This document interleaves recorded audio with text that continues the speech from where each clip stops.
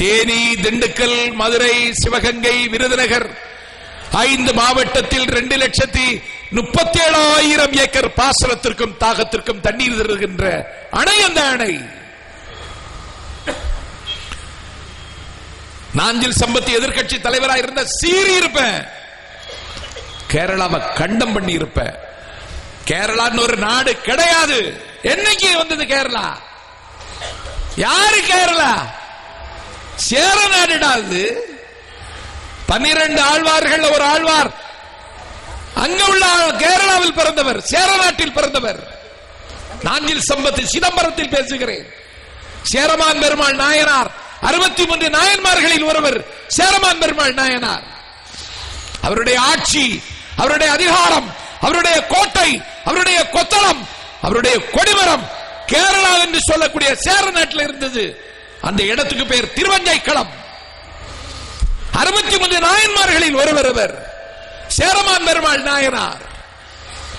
அவர் இரவு நேரத்தில் அஞ்சைக்களத்து அப்பன் என்கிற சிவபெருமானை ஆராதித்தவர், அரசனாக முடிசூட்டியவர். பகல்ல அலுவல்கள் அரசாங்க வேலையெல்லாம் முடிச்சிட்டு சிதம்பரம் நடராஜ பெருமானை வச்சு அவர் பூஜை செய்வார்.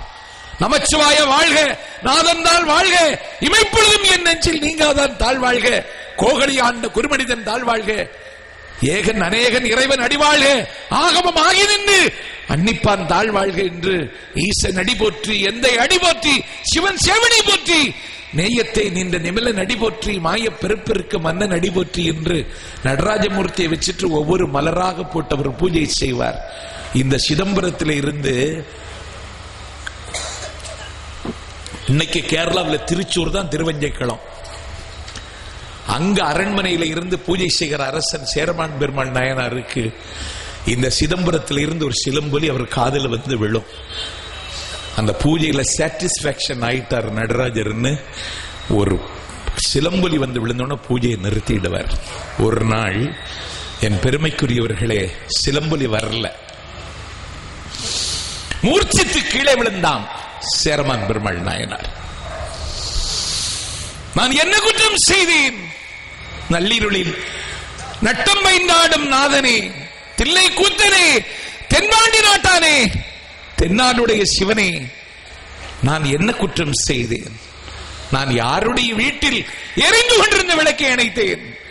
யாருடைய வட்டில் சோற்றில் மண்ணை எள்ளி போட்டேன்? யாருடைய பயணத்திற்கு இடையூறாக இருந்தேன்? யாருடைய பாதையில் முள் விதைத்தேன்?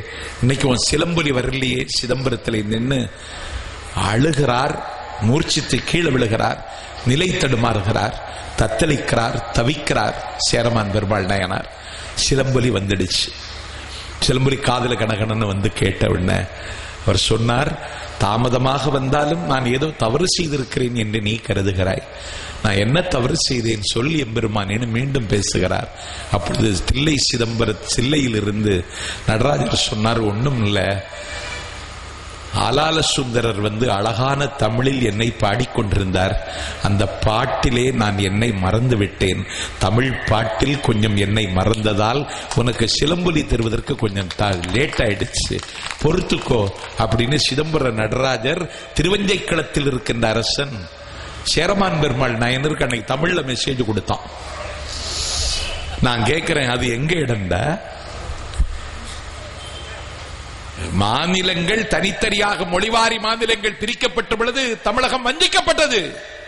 அன்னைக்கு அம்மாவை மாதிரி ஒரு தலைவர் தமிழ்நாட்டில் இருந்திருந்தா இவ்வளவு ஆபத்து நமக்கு வந்திருக்காது. தேவிகுளம் பீர்மேடு கேரளாவுக்கு திட்டமிட்டு கொடுக்கப்பட்டது.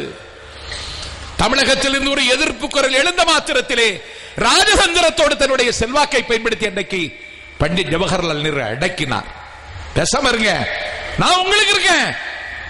தேவிகளும் பீர்மேடு இல்லாத கேரளா, தலையில்லாத முண்டம் வந்தவர்கள் பேசுகிறார்கள், ஆகவே கொடுக்கிறேன் என்று தேவிகளும் பீர்மேட்டை விட்டுக் கொடுத்ததால் முல்லை பெரியார பறி கொடுத்தவர்கள் நாம். தேவிகளும் பீர்மேட்டில் ஒரு மலையாளியின் குடியிருப்பு கிடையாது, எல்லாம் தமிழர்களின் வீடுகள். 140 சிறைச்சாலைகளை இருந்து ஆயுள் கைதிகளை விடுவித்து அன்னைக்கு தேவிகுளம் பெருமேட்டில் திட்டமிட்ட மலையாள குடியிருப்பை